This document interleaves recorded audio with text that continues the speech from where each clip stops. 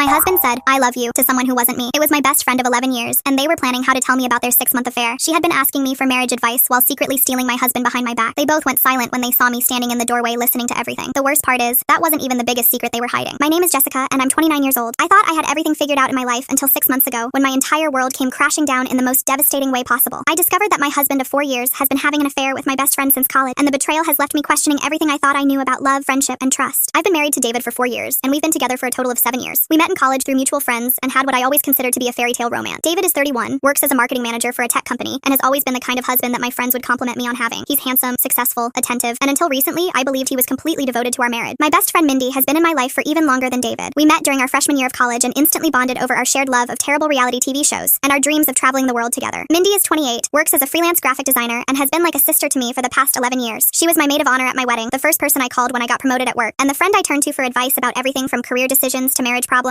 Mindy and David have obviously known each other for as long as David and I have been together. The three of us have always been close, often hanging out together as a group, going on double dates when Mindy was seeing someone, and celebrating holidays and special occasions together. Mindy has been over to our house countless times, has a spare key for emergencies, and David has always treated her like the sister he never had. Or at least that's what I thought until I discovered the truth about their relationship. Looking back now, there were warning signs that I completely missed or rationalized away because I trusted both of them so completely. About 8 months ago, I started noticing that David seemed to be texting more frequently than usual. He'd always been someone who stayed connected with friends and coworkers throughout the day, but lately he seemed to be constantly checking his phone and would sometimes smile at messages in a way that seemed different from his usual casual texting. When I'd ask who he was talking to, David would usually say it was work-related or mention a friend's name casually. Sometimes he'd say he was texting Mindy about plans we were making or about something funny that had happened. Since Mindy and I texted frequently throughout the day anyway, it didn't seem unusual that David might also be in touch with her occasionally. I also started noticing that David seemed to know details about Mindy's life that I didn't know, or that he'd mention things about her before I'd heard them from her directly. For example, he'd mention that Mindy was thinking about taking a pottery class, and when I'd ask her about it later, she'd seem surprised that David had told me. Or he'd know that she'd had a difficult client meeting before she'd had a chance to tell me about it herself. At the time, I attributed these things to the fact that we all hung out together frequently, and I assumed Mindy must have mentioned these details when I wasn't paying close attention or when I was distracted by something else. It never occurred to me that David and Mindy might be having private conversations that didn't include me. About 6 months ago, I started noticing that Mindy seemed different when the three of us were together. She'd always been comfortable and natural around David, treating him like a brother-in-law and joking around with him the way she did with me. But lately, there seemed to be a tension or awkwardness that hadn't been there before. Mindy would sometimes seem nervous or fidgety when David was around, and I'd catch her looking at him when she thought I wasn't watching. She'd also sometimes make comments about David that seemed overly complimentary or personal, like commenting on his new haircut or mentioning how hard he'd been working lately. Again, I didn't think much of it at the time because Mindy had always been someone who noticed details about people and was generous with compliments. I also noticed that Mindy had started canceling plans with me more frequently, usually at the last minute and often with vague excuses about work projects or family obligations. Mindy had always been reliable about our friendship and rarely canceled plans unless something serious came up. When I'd suggest rescheduling, she'd sometimes seem hesitant or would say she wasn't sure when she'd be free again. Around the same time, David started working late more often and would sometimes say he was going out for drinks with coworkers after work. He'd always been social with his work friends, so this didn't seem unusual, but the frequency seemed to increase significantly. When he'd come home from these supposed work events, he'd sometimes seem distracted or would take a shower immediately, saying he smelled like the bar or restaurant. The first real red flag came about 4 months ago when I was planning a surprise birthday party for Mindy. I wanted to coordinate with David to make sure he could attend and to get his input on gift ideas. When I started talking to him about the party planning, David seemed to know more details about Mindy's preferences and interests than I expected. For example, when I mentioned that I was thinking about getting Mindy a necklace, David immediately suggested a specific style that he said she'd been admiring recently. When I asked how he knew that, he said Mindy had mentioned it when we were all out to dinner the week before, but I couldn't remember her mentioning jewelry at all during that dinner, and I'd been paying attention to the conversation. David also seemed to know that Mindy had been wanting to try a specific restaurant that had just opened downtown. When I asked how he knew about her interest in that restaurant, he said she'd mentioned it in passing, but Mindy hadn't mentioned the restaurant to me, and it seemed odd that she'd bring it up randomly to David. I started paying more attention to the interactions between David and Mindy when we were all together. I noticed that they seemed to have inside jokes or references that I didn't understand. They'd sometimes exchange looks or smiles that seemed to exclude me from whatever they were thinking about. When I'd ask what was funny, they'd usually say it was nothing important or would explain it in a way that didn't seem to capture whatever had actually amused them. I also noticed that David and Mindy seemed to know each other's schedules better than I would have expected. David would sometimes mention that Mindy was busy with a project on a specific day, even though she hadn't told me about it. Or Mindy would know that David had an important meeting coming up that I didn't know about. When I'd ask how they knew these details about each other's lives, they'd usually say they'd mentioned it briefly at some point when we were all together. The second major red flag came about 3 months ago when I decided to surprise David at his office with lunch. I'd been feeling like we hadn't been spending enough quality time together, and I thought it would be nice to have an impromptu lunch date. When I arrived at his office, his assistant told me that David had left about an hour earlier and hadn't mentioned when he'd be back. I called David's phone, but it went straight to voicemail. I waited in the parking lot for about 30 minutes, thinking he might just be running a quick errand and would return soon. When he didn't come back, I decided to drive home and surprise him there instead. But when I got home, David wasn't there either. I tried calling David again, and this time he answered. He sounded surprised to hear from me and seemed flustered when I told him I'd been to his office. He said he'd had to leave unexpectedly to handle a client emergency and was currently in a meeting at a coffee shop across town. When I offered to bring him lunch at the coffee shop, he said the meeting was almost over and he'd just grab something quick before heading back to the office. David came home that evening at his usual time and mentioned that he'd had a busy day with unexpected client issues. He seemed normal and didn't act like anything unusual had happened, but something about the phone conversation had bothered me, though I couldn't put my finger on exactly what felt off about his explanation. A few days later, I was talking to Mindy about my week and mentioned that I'd tried to surprise David with lunch, but he'd been in an unexpected client meeting. Mindy made a comment about how stressful David's job had been been lately and said she felt bad for both of us having to deal with his demanding schedule. But then she mentioned specific details about David's work stress that seemed more detailed than what I'd shared with her. When I asked Mindy how she knew so much about David's current work situation, she said he'd mentioned it when we'd all been together recently, but I couldn't remember David going into that much detail about work when the three of us were hanging out. We usually talked about lighter topics when we were socializing together, and David typically didn't bring up work stress unless something major was happening. About 2 months ago, I started noticing that David's behavior at home had changed in subtle ways. He seemed more distracted and would sometimes zone out during conversations. He'd also started taking his phone with him everywhere, even to the bathroom or when he was doing yard work. Previously, David had been casual about leaving his phone around the house and had never been secretive about his messages or calls. David also started being more critical of small things around the house or would seem irritated by habits of mine that had never bothered him before. For example, he'd make comments about how I loaded the dishwasher or would seem annoyed if I wanted to watch a TV show that he didn't enjoy. These weren't major conflicts, but there was a tension in our daily interactions that hadn't been there before. Around the same time, I noticed that Mindy seemed to be going through some kind of emotional situation that she wasn't sharing with me. She'd sometimes seem distracted or emotional when we'd hang out, but when I'd ask if everything was okay, she'd say she was just stressed about work or family stuff. Mindy had always been open with me about her problems, so her vagueness seemed uncharacteristic. Mindy also started asking more questions about my marriage and my relationship with David. She'd ask things like whether David and I were happy, whether we were thinking about having kids soon, or whether we ever fought about serious things. These questions seemed to come out of nowhere and felt more invasive than Mindy's usual interest in my life. The most concerning conversation happened when Mindy asked me whether I thought David and I would ever get divorced. When I asked why she was asking such a serious question, Mindy said she'd been thinking about marriage in general and wondering how people know when a relationship is worth fighting for. She said she'd been observing different couples and trying to understand what made some marriages work while others fell apart. The conversation made me uncomfortable because it felt like Mindy was analyzing my marriage in a way that seemed inappropriate. I told her that David and I were committed to each other and that while we had normal relationship challenges, we were happy and had no intention of getting divorced. Mindy seemed almost disappointed by my answer, which struck me as a strange reaction from someone who was supposed to be my best friend. About 6 weeks ago, I had to travel for work for 3 days. David seemed supportive about the trip and helped me pack and prepare for the presentation I'd be giving. He told me he'd miss me but would keep busy with work and probably hang out with friends while I was gone. I thought it was sweet that he'd miss me, and I was looking forward to getting back home to him. While I was traveling, David and I texted throughout each day as we usually did when one of us was away. He'd send me pictures of his meals, updates about his day, and sweet messages saying he was counting down the days until I got home. Everything seemed completely normal, and I felt grateful to have such a loving and attentive husband. On the last day of my trip, I decided to come home a few hours earlier than I'd originally planned. My presentation had gone well, and I was able to catch an earlier flight that would get me home by mid-afternoon instead of evening. I was excited to surprise David and thought it would be romantic to show up unexpectedly. I didn't tell David about the change in my travel plans because I wanted the surprise to be complete. I took a cab from the airport and was giddy with anticipation about seeing the look on his face when I walked through the door. I was planning to suggest that we go out for a nice dinner to celebrate my successful work trip and to reconnect after our few days apart. When I got home and opened the front door, I immediately heard voices coming from the living room. I assumed David had a friend over and was looking forward to saying hello before the friend left so David and I could have some alone time. But as I got closer to the living room, I recognized the voice that was talking with David. It was Mindy. I was surprised that Mindy was at our house in the middle of a weekday afternoon, but I figured maybe she'd stopped by to drop something off or had needed David's help with something. Mindy had a key to our house and had been over countless times, so her presence wasn't necessarily unusual, but something about the tone of their conversation made me pause before entering the room. I could hear David and Mindy talking in low, intimate voices that sounded different from their usual casual friendship banter. They were speaking quietly, as if they were sharing secrets or having a private conversation that they didn't want anyone else to hear. I stood in the hallway for a moment trying to understand what they were discussing and why they sounded so serious. What I heard next completely shattered my world and changed everything I thought I knew about my marriage and my best friendship. Mindy was telling David that she was tired of sneaking around and wanted to tell me the truth about their relationship. David was saying that they needed to be careful about time and that he wasn't ready to hurt me yet. Mindy said that she felt guilty every time she looked at me and that she couldn't keep pretending to be my friend while she was in love with my husband. David responded that he was struggling with the same guilt, but that he wasn't ready to give up what they had together. He said that he'd never felt about anyone the way he felt about Mindy and that he couldn't imagine his life without her. I stood frozen in the hallway, unable to process what I was hearing. My husband and my best friend were discussing their secret relationship and how to handle the fact that they were betraying. The two people I trusted most in the world had been lying to me and carrying on behind my back while I remained completely oblivious to their deception. I heard Mindy tell David that she loved him and that she wanted to be with him openly instead of having to hide their relationship. David said that he loved her too and that he'd been thinking about how to end his marriage with me. They talked about how difficult it would be to tell me the truth, but agreed that they couldn't continue living the lie indefinitely. The betrayal was so overwhelming that I felt physically sick. I quietly backed away from the living and went outside to sit in my car and try to process what I just discovered. My hands were shaking and I felt like I might throw up. Everything I thought I knew about my life had just been revealed to be a complete lie. I sat in my car for over an hour, crying and trying to figure out what to do next. Part of me wanted to storm back into the house and confront them immediately. Another part of me wanted to pretend I'd never heard the conversation and try to go back to the way things were before, but I knew that I could never unknow what I'd just learned about David and Mindy's betrayal. I also realized that I needed to be smart about how I handled the situation. If David and Mindy had been having an affair for months, there was probably evidence of their relationship that I could gather before confronting them. I decided to go to a coffee shop and think through my options before going back home and pretending that nothing had happened. When I finally returned home about 2 hours later, I acted as if I'd just arrived from the airport as originally planned. Mindy was gone, and David was in his home office working on his laptop. He seemed genuinely happy to see me and gave me a big hug and kiss, telling me how much he'd missed me and asking about my trip. David's affectionate greeting felt like another betrayal, knowing that he'd been discussing ending our marriage just hours earlier. I managed to act normal and told him about my presentation and the meetings I'd attended. We ordered takeout for dinner and spent the evening catching up, with David being attentive and loving in all the ways that had made me fall for him years earlier. That night, as David slept next to me, I lay awake staring at the ceiling and trying to process the magnitude of what I'd discovered. My husband of 4 years had been having an affair with my best friend of 11 years. The two most important relationships in my life were both based on lies and deception. I started thinking back through recent months and reinterpreting events and conversations in light of what I now knew. All of those times when David seemed to know details about Mindy's life made sense now. They were having private conversations and probably seeing each other regularly regularly without my knowledge. All of those times when Mindy seemed awkward or nervous around David made sense too. She was struggling with the guilt of betraying me while maintaining the facade of friendship. The next morning, I waited until David left for work and then began my investigation into the extent of their relationship. I started by going through David's laptop and phone to see if I could find evidence of their affair. I felt terrible about violating his privacy, but I needed to understand how long this had been going on and how serious their relationship was. What I found was even worse than I'd imagined. David and Mindy had been exchanging intimate text messages for over 6 months. The messages started out relatively innocent, with Mindy texting David about small things and David responding in a friendly way. But over time, the messages became more personal and flirtatious. I found messages where they talked about how much they enjoyed spending time together and how they felt a special connection that was different from their relationships with other people. There were messages where they discussed how guilty they felt about their growing feelings for each other and how they didn't want to hurt me but couldn't seem to stay away from each other. The messages became explicitly romantic and flirty about 4 months ago. I found conversations where they told each other they were falling in love and where they made plans to meet secretly when I wasn't around. There were messages sent during times when I thought David was at work or when Mindy had canceled plans with me, showing that they were using those opportunities to be together. I also found photos that they'd sent to each other, including intimate pictures that made it clear they were having a physical relationship. The photos were taken in locations I didn't recognize, suggesting that they were meeting at hotels or other places specifically to avoid being seen together. One of the most painful discoveries was a series of messages where David and Mindy discussed their future together. They talked about how they wished they could be open about their relationship and fantasized about what it would be like to live together as a couple. Mindy wrote about how she imagined traveling with David and building a life with him. David responded that he thought about the same things and that he'd never been happier than he was when he was with her. They also discussed practical aspects of ending my marriage with David. Mindy had researched divorce laws and had found information about how property and assets would be divided. David had looked into the cost of renting an apartment where he could live while the divorce was being finalized. They were actively planning to destroy my marriage and had been researching the logistics for months. I found evidence that David and Mindy had been meeting regularly for secret dates. There were messages where they planned romantic dinners at restaurants across town, weekend getaways to nearby cities when I thought David was attending work conferences, and regular afternoon meetings at Mindy's apartment when I was at work. The timeline showed that their relationship had become serious very quickly. Within 2 months of their first flirtatious messages, they were telling each other they were in love. Within 3 months, they were having sex regularly and talking about a future together. Within 4 months, they were discussing how to end my marriage so they could be together openly. I also discovered that Mindy had been lying to me about much more than just her relationship with David. She'd been canceling plans with me not because of work or family obligations, but because she was spending that time with David instead. She'd been asking me questions about my marriage not out of general curiosity, but because she was trying to find weaknesses or problems that would justify her affair with my husband. Most painfully, I found messages where Mindy and David discussed me directly. They talked about how naive I was for not suspecting anything, and how easy it had been to carry on their affair right under my nose. Mindy wrote about how she felt guilty sometimes, but that her feelings for David were stronger than her loyalty to our friendship. David responded that he cared about me, but had never felt passion for me the way he felt it for Mindy. Reading those messages was like being stabbed in the heart repeatedly. The two people I loved most in the world had been mocking my trust and discussing how clueless I was about their betrayal. They'd been laughing about how easy it was to deceive me while I continued to love and support both of them unconditionally. I spent the entire day reading through months of messages and looking at photos and evidence of their affair. By the time David came home from work that evening, I had a complete understanding of the scope and timeline of their relationship. I knew exactly how long they'd been betraying me, how often they'd been meeting secretly, and how serious their plans were for a future together. That evening, I acted completely normal with David. We had dinner together, watched TV, and went to bed as if nothing had changed. But inside, I was devastated and furious. I felt like I was living with a stranger who had been expertly manipulating me for months while carrying on a passionate affair with my best friend. I decided that I needed to gather more evidence before confronting them, so I spent the next several days pretending that everything was normal while secretly documenting their affair. I took screenshots of their text messages and saved them to a private email account. I made copies of photos and created a timeline of their relationship that showed exactly when different milestones had occurred. I also started paying closer attention to their behavior when we were all together. Now that I knew about their affair, their interactions seemed obvious and blatant. They would touch each other casually in ways that seemed inappropriate, would exchange meaningful looks across the room, and would sometimes have private conversations that excluded me. During this time, Mindy continued to act like my best friend, calling me regularly and making plans to hang out. She'd ask me about my marriage and offer advice about my relationship with David, all while knowing that she was actively working to destroy that marriage. The level of deception and manipulation was breathtaking. David also continued to act like a loving husband, bringing me flowers, planning date nights, and telling me he loved me. He'd kiss me goodbye every morning and hello every evening, all while knowing that he was planning to leave me for my best friend. The cognitive dissonance of his behavior was almost impossible to comprehend. About 2 weeks after discovering their affair, I decided it was time to confront them. I'd gathered enough evidence to prove what they'd been doing, and I couldn't continue living the lie any longer. The stress of pretending everything was normal while knowing the truth was making me physically and emotionally sick. I decided to confront them together so they couldn't coordinate their stories or try to minimize what they'd been doing. I invited Mindy over for dinner on a Friday evening, telling her that I wanted to have a fun girls' night with her and David. Mindy seemed excited about the invitation and said she was looking forward to spending time with both of us. When Mindy arrived that evening, she brought a bottle of wine and seemed to be in a great mood. She hugged both David and me and settled in for what she thought would be a normal social evening. David was also relaxed and happy, probably looking forward to spending time with both the woman he was married to and the woman he was in love with. We had a normal dinner with casual conversation about work, current events, and upcoming weekend plans. Mindy and David interacted the way they always did when I was around, friendly and comfortable but not obviously romantic. If I hadn't known about their affair, I never would have suspected anything based on their behavior that evening. After dinner, I suggested we move to the living room for dessert and wine. Once we were all settled, I took a deep breath and told them that I had something important to discuss with both of them. They both looked curious and attentive, probably expecting me to share news about work or announce plans for a vacation or celebration. Instead, I told them that I knew about their affair and had evidence of their relationship going back 6 months. The looks on their faces were a mixture of shock, panic, and guilt. Mindy immediately started crying and David went completely pale. Neither of them tried to deny what I was saying, which confirmed that my accusations were accurate. I told them that I'd found their text messages, photos, and evidence of their secret meetings. I'd discovered their plans to end my marriage and their discussions about building a future together. I knew about the lies they'd been telling and the way they'd been mocking my trust behind my back. Mindy broke down completely and kept apologizing through her tears. She said she never meant for it to happen and that she tried to fight her feelings for David. She claimed that she loved me as a friend and had never wanted to hurt me, but that her feelings for David had been too strong to resist. David was initially silent and seemed to be trying to figure out how to respond. When he finally spoke, he didn't try to deny the affair or make excuses. He said that he was sorry I'd found out the way I did and that he'd been planning to tell me about his relationship with Mindy soon. He claimed that he'd fallen out of love with me gradually and had found something with Mindy that he'd never experienced before. I told them both that I felt completely betrayed and devastated by their deception. I'd trusted them both completely and had never suspected that they were capable of such elaborate lies and manipulation. I said that they'd both destroyed the most important relationships in my life and had shown me that I couldn't trust my own judgment about people. Mindy begged me to forgive her and said that she wanted to try to repair our friendship. She claimed that her relationship with David didn't have to mean the end of our friendship and that she hoped we could work through the situation together. She seemed to genuinely believe that I might be willing to accept their relationship and maintain a friendship with her despite her betrayal. David was more direct about his intentions. He said that he wanted to end our marriage and be with Mindy openly. He claimed that he'd been unhappy in our marriage for longer than I'd realized and that meeting Mindy had shown him what he'd been missing. He said he hoped we could divorce amicably and that maybe we could even remain friends eventually. I was amazed by their selfishness and lack of understanding about the magnitude of what they'd done to me. Mindy seemed to think that our friendship could survive her affair with my husband, and David seemed to think that I'd be willing to facilitate a smooth transition so he could be with the woman he'd chosen over me. I told them both that they'd lost the right to have any expectations about my forgiveness or cooperation. I said that Mindy was no longer my friend and that I never wanted to see her again. I told David that I wanted him to move out of our house immediately and that I'd be filing for divorce as soon as possible. Mindy became hysterical and begged me to reconsider ending our friendship. She said that she understood I was hurt and angry, but that she hoped I'd be able to forgive her eventually. She claimed that she'd been planning to end the affair and try to repair our friendship, which was obviously a lie given the evidence I'd found about their future plans. David seemed almost relieved that the secret was finally out in the open. He said that he was sorry the situation had been so painful for me, but that he was glad he could finally be honest about his feelings. He actually seemed to expect me to be understanding about his decision to leave me for my best friend. I told them both to leave my house immediately and that I didn't want to discuss the situation further until I'd had time to process what they'd done and decide how to move forward. Mindy continued crying and apologizing as she gathered her things, while David packed a bag and said he'd stay at a hotel until he could find an apartment. After they left, I sat alone in my house and tried to comprehend the magnitude of what had just happened. In the span of one evening, I'd lost my husband of 4 years and my best friend of 11 years. The two most important relationships in my life had been revealed to be based on lies and deception. The next few weeks were the most difficult period of my life. I had to tell my family and friends about David's affair and our upcoming divorce. I had to explain to people who knew and loved Mindy why she was no longer part of my life. I had to deal with the practical aspects of separating my life from David's, while also processing the emotional trauma of his betrayal. My family was incredibly supportive and expressed shock that David and Mindy had been capable of such deception. My parents had always liked David and had considered Mindy to be like another daughter, so they were devastated to learn about the affair. My sister was furious on my behalf and offered to help me with anything I needed during the divorce process. My other friends were also shocked and supportive. Many of them had socialized with David and Mindy regularly and had never suspected anything unusual about their relationship. Several friends mentioned that they'd thought David and I had a strong marriage and were surprised to learn that he'd been unhappy enough to have an affair. The hardest part was explaining the situation to mutual friends who were close to both Mindy and me. Some of these friends felt torn about taking sides and seemed to want to maintain relationships with both of us. I had to make it clear that I wouldn't be able to continue friendships with people who chose to remain close to Mindy after learning about her betrayal. The divorce process was complicated by the fact that David wanted to move in with Mindy immediately. I learned that they'd already been looking at apartments together and had made plans to start their new life as soon as our marriage was officially over. The speed with which they moved forward with their relationship made it clear that they'd been planning their future together for much longer than they'd initially admitted. I hired a lawyer who specialized in divorce cases involving infidelity and worked to protect my financial interests during the separation. Fortunately, David was cooperative about the practical aspects of the divorce and didn't try to fight me for assets or property. He seemed eager to finalize the divorce quickly so he could start his new life with Mindy without any complications. The emotional recovery was much more difficult than the legal process. I had to rebuild my entire social life and support system after losing both my husband and my best friend. I started seeing a therapist who specialized in betrayal trauma and learned about the psychological impact of discovering infidelity and losing multiple important relationships simultaneously. The therapist helped me understand that what I was experiencing was a form of complex grief. I wasn't just mourning the end of my marriage, but also the loss of my best friendship and the destruction of my ability to trust people I'd considered completely reliable. The betrayal had shaken my fundamental beliefs about love, loyalty, and my ability to judge people's character. I also had to deal with practical challenges like finding new social activities and building new friendships. Mindy and I had shared many mutual friends and activities, so I had to figure out how to maintain those relationships and interests without running into her. I joined new groups and started new hobbies to build a social life that didn't include reminders of our former friendship. About 3 months after the confrontation, I learned that David and Mindy had moved in together and were telling people they were engaged. The speed of their relationship progression confirmed that they'd been planning their future together much longer than they'd admitted. They seemed to have no shame about the way their relationship had started or the pain they'd caused. I heard through mutual acquaintances that Mindy had been trying to portray their affair as a love story that couldn't be helped. She'd apparently been telling people that she and David had fallen in love despite trying to fight their feelings, and that their connection was too strong to ignore. She seemed to have rewritten the history of their relationship to make herself feel better about the betrayal. David had apparently told people that our marriage had been struggling for years, and that he'd found happiness with Mindy that he'd never experienced with me. This was particularly painful because it wasn't true. Our marriage had been strong and happy until he'd started his affair. He was rewriting our history to justify his choices and make his betrayal seem more acceptable. Learning about their engagement was another devastating blow, even though I'd expected it would happen eventually. The fact that they were planning to build a life together while I was still dealing with the trauma of their betrayal felt like an additional insult. They were moving forward with their happiness while I was still trying to pick up the pieces of my shattered life. About 6 months after the divorce was finalized, I started dating again. It was terrifying to try to trust someone new after experiencing such a complete betrayal from the two people I'd trusted most. I was hypervigilant about red flags and found myself constantly questioning whether new romantic interests were being honest with me. My first few dating experiences were unsuccessful because I couldn't relax enough to enjoy getting to know someone new. I was so afraid of being deceived again that I couldn't allow myself to be vulnerable or open with potential partners. The betrayal had damaged my ability to trust not just romantic partners, partners, but also my own judgment about people's character and intentions. The therapist helped me work through my trust issues and develop strategies for dating that felt safe while still allowing for genuine connection. I learned to communicate my concerns directly with new partners and to look for consistent behavior over time, rather than making quick judgments based on initial impressions. About a year after my divorce, I met someone new who was patient with my trust issues and understanding about my previous experiences with betrayal. We took our relationship very slowly and built trust gradually through consistent, honest communication. Having a healthy relationship helped me realize that not everyone was capable of the kind of elaborate deception that David and Mindy had practiced. I also learned that I was stronger and more resilient than I'd ever imagined. Surviving the betrayal and rebuilding my life had given me confidence in my ability to handle difficult situations and advocate for myself. While I wouldn't choose to go through the experience again, it had taught me valuable lessons about setting boundaries, trusting my instincts, and recognizing my own worth. 2 years after the affair was discovered, I heard that David and Mindy had gotten married. I felt sad for a moment, but realized that I no longer felt devastated by news about their relationship. I'd built a new life that was fulfilling and happy, and their choices no longer had the power to destroy my emotional well-being. I'd also developed a new understanding of friendship and what it meant to trust someone completely. I was more selective about the people I allowed into my inner circle and paid closer attention to consistency between people's words and actions. I valued friends who demonstrated loyalty and honesty through their behavior over time, rather than just through their declarations of friendship. The experience taught me that some betrayals are so fundamental that they can't be forgiven or overcome. While I'd healed from the trauma of discovering the affair, I could never trust either David or Mindy again. They'd shown me that they were capable of elaborate deception and manipulation, and that knowledge couldn't be unknown or ignored. I also learned that healing from betrayal takes much longer than most people expect. The initial shock and devastation lasted for months, but the deeper work of rebuilding trust and confidence took years. Even now, several years later, I sometimes have moments of doubt or hypervigilance in my relationships that can be traced back to the trauma of discovering the affair. But I also learned that it's possible to build a life that's even better than what was lost through betrayal. My new relationships are built on a foundation of more mature communication and mutual respect. I'm more confident in my ability to advocate for myself and less willing to ignore red flags or rationalize concerning behavior. The most important lesson I learned was that other people's choices about how to treat me say nothing about my worth or value as a person. David and Mindy's betrayal was about their character flaws and moral failures, not about any inadequacy on my part. I'd spent months wondering what I'd done wrong or how I could have prevented their affair, but eventually I realized that their choices were entirely their own responsibility. Looking back now, I can see that there were probably signs of David's capacity for deception that I'd missed or ignored during our dating years. He'd always been charming and charismatic, but I now recognize that those same qualities that had attracted me to him also made him skilled at manipulation. He'd been able to lie convincingly to my face for months, while maintaining the appearance of being a loving, devoted husband. Mindy's betrayal was in some ways even more painful than David's, because I trusted her with intimate details about my marriage and my insecurities. She'd used that knowledge to her advantage while pretending to support me as a friend. She'd been there for me during difficult times in my life, offering comfort and advice, all while planning to steal my husband and destroy my marriage. The affair also taught me about the importance of maintaining individual identity and interest within a marriage. I realized that I'd become somewhat isolated socially, because David and I had spent most of our free time together, or with mutual friends like Mindy. When the marriage ended, I found myself without a strong, independent social network, which made the recovery process more difficult. I made a commitment to myself that any future relationship would include space for individual friendships and activities. I wanted to make sure that I never again put myself in a position where losing a romantic partner would mean losing my entire social support system. This lesson served me well in my subsequent relationships and made me a more confident, independent partner. About 3 years after the divorce, I was contacted by a woman named Michelle, who told me that David had been having an affair with her while he was married to Mindy. Michelle had discovered evidence of David's infidelity and was reaching out to me because she wanted to understand if this was a pattern of behavior for him. Learning about David's second affair confirmed what I'd suspected about his character. He wasn't someone who'd made a one-time mistake with Mindy, but rather someone who was fundamentally dishonest and unfaithful. The affair with me hadn't been a unique love story that couldn't be helped, but rather the behavior of someone who was incapable of maintaining fidelity in any relationship. Michelle told me that David had used many of the same tactics with her that he'd apparently used with Mindy. He'd been secretive about his phone and computer, had lied about working late, and had made her feel like their relationship was a special connection that transcended normal moral boundaries. The similarities were striking and showed that David had a practiced approach to conducting affairs. I felt vindicated by this information because it confirmed that my marriage hadn't failed due to any inadequacy on my part. David was simply someone who was incapable of being faithful to any partner, regardless of how loving or supportive they were. Mindy was probably experiencing the same betrayal that I had, which gave me a strange sense of justice. Michelle also told me that Mindy had been devastated by David's second affair and was apparently struggling with the same feelings of betrayal and confusion that I'd experienced. Mindy had apparently told mutual friends that she couldn't understand how David could cheat on her after everything they'd been through to be together. The irony of Mindy's situation wasn't lost on me. She'd believed that her relationship with David was special and unique, and that their connection was stronger than his marriage to me. But David had proven that he was equally capable of betraying her, regardless of how their relationship had started, or what they'd sacrificed to be together. I decided not to reach out to Mindy during her crisis, even though part of me felt sorry for what she was experiencing. While I could empathize with the pain of discovering a partner's infidelity, I couldn't forget that she'd been an active participant in destroying my marriage. Her current suffering didn't erase the pain she'd caused me or make her betrayal any less devastating. The information about David's pattern of infidelity also helped me feel more confident about my decision to end our marriage, rather than trying to work through his affair. Some people had suggested that I should have tried couples counseling or given David a second chance, but learning about his subsequent behavior confirmed that he wasn't someone who was capable of change or genuine remorse. About 4 years after my divorce, I married my current husband, James, who I'd met through a hiking group I'd joined as part of rebuilding my social life. James knew about my previous experiences with betrayal and was patient and understanding about my trust issues. He consistently demonstrated his commitment through his actions and was transparent about all aspects of his life. Our relationship was built on a foundation of open communication and mutual respect that I'd never experienced in my marriage to David. James and I talked openly about our expectations, boundaries, and concerns from the very beginning of our relationship. We built trust gradually through consistent behavior rather than through grand gestures or declarations. The contrast between my relationships with David and James helped me understand what healthy partnership actually looked like. With David, I'd been so focused on maintaining harmony and avoiding conflict that I'd ignored warning signs and accepted behavior that wasn't actually acceptable. With James, I felt comfortable expressing my needs needs and concerns directly, which led to better communication and stronger trust. I also learned to recognize the difference between secrecy and privacy in relationships. David had been secretive about his activities and communications in ways that were designed to hide dishonest behavior. James maintained appropriate privacy about some aspects of his life while being completely transparent about anything that affected our relationship. About 5 years after the affair was discovered, I heard through mutual acquaintances that David and Mindy had divorced after his second affair was discovered. Mindy had apparently filed for divorce immediately and had been unwilling to consider reconciliation. She'd learned the same lesson I had about David's character, but it had taken her several years longer to reach that understanding. I felt sad for Mindy in some ways because I knew how devastating it was to discover that someone you loved and trusted was capable of such elaborate deception. But I also felt that she'd received appropriate consequences for her role in destroying my marriage. She'd gotten exactly what she'd fought so hard to have, a relationship with David, and had learned firsthand why that relationship wasn't worth the pain she'd caused. The news of their divorce also brought closure to a chapter of my life that had been painful for so long. David and Mindy's fairy tale romance had turned out to be just as illusory as my marriage to David had been. Their relationship hadn't been the special, unbreakable connection they'd believed it was, but rather another example of David's inability to maintain faithful, honest relationships. Looking back now, almost 6 years after discovering the affair, I can honestly say that my life is better than it was when I was married to David. I have a healthier, more honest relationship with James, stronger friendships built on mutual trust and respect, and greater confidence in my ability to recognize and respond to problematic behavior. The experience of surviving betrayal and rebuilding my life taught me that I'm much stronger and more resilient than I'd ever imagined. I learned that I could handle devastating loss and still find happiness again. I discovered that I could trust my instincts and advocate for myself even when doing so was difficult or painful. I also learned valuable lessons about the nature of love and commitment that have made me a better partner in my current marriage. I understand now that real love requires consistent action and demonstrated commitment, not just feelings or declarations. I know that healthy relationships require honesty, transparency, and mutual respect, even when those things are difficult to maintain. The betrayal by David and Mindy was one of the most painful experiences of my life, but it was also one of the most educational. It taught me about my own strength, about what I wanted in relationships, and about the importance of surrounding myself with people who shared my values about loyalty and honesty. If I could go back and prevent the affair from happening, I'm not sure I would. While the experience was devastating, it ultimately led me to a much better life with a partner who truly deserves my trust and love. The pain was temporary, but the lessons and growth have been permanent and valuable. My advice to anyone who discovers that their partner is having an affair with someone they trust is to remember that the betrayal says nothing about your worth as a person. Both the cheating partner and the affair partner have made choices that reflect their character, not your inadequacy. You deserve relationships built on honesty, loyalty, and mutual respect, and you have the strength to rebuild your life in a way that honors those values. The most important thing I learned from this experience is that some people are simply not capable of the kind of love and commitment that healthy relationships require. David and Mindy showed me through their actions that they valued their own desires more than honesty, loyalty, or the well-being of people who love them. That knowledge was painful but ultimately liberating because it freed me to find relationships with people who shared my values and were capable of genuine love and commitment. Today, I'm grateful for the life I've built with James and for the friendships I've developed with people who have consistently demonstrated their trustworthiness over time. I've learned to value consistency over charisma, honesty over charm, and demonstrated commitment over passionate declarations. These lessons have served me well in all areas of my life and have helped me build relationships that are truly fulfilling and sustainable. The affair that seemed like it would destroy my life ultimately became the catalyst for creating a much better one. While I would never wish that kind of betrayal on anyone, I'm grateful for the strength, wisdom, and clarity it brought to my life. Sometimes the most painful experiences teach us the most valuable lessons and lead us to the happiness we were always meant to find.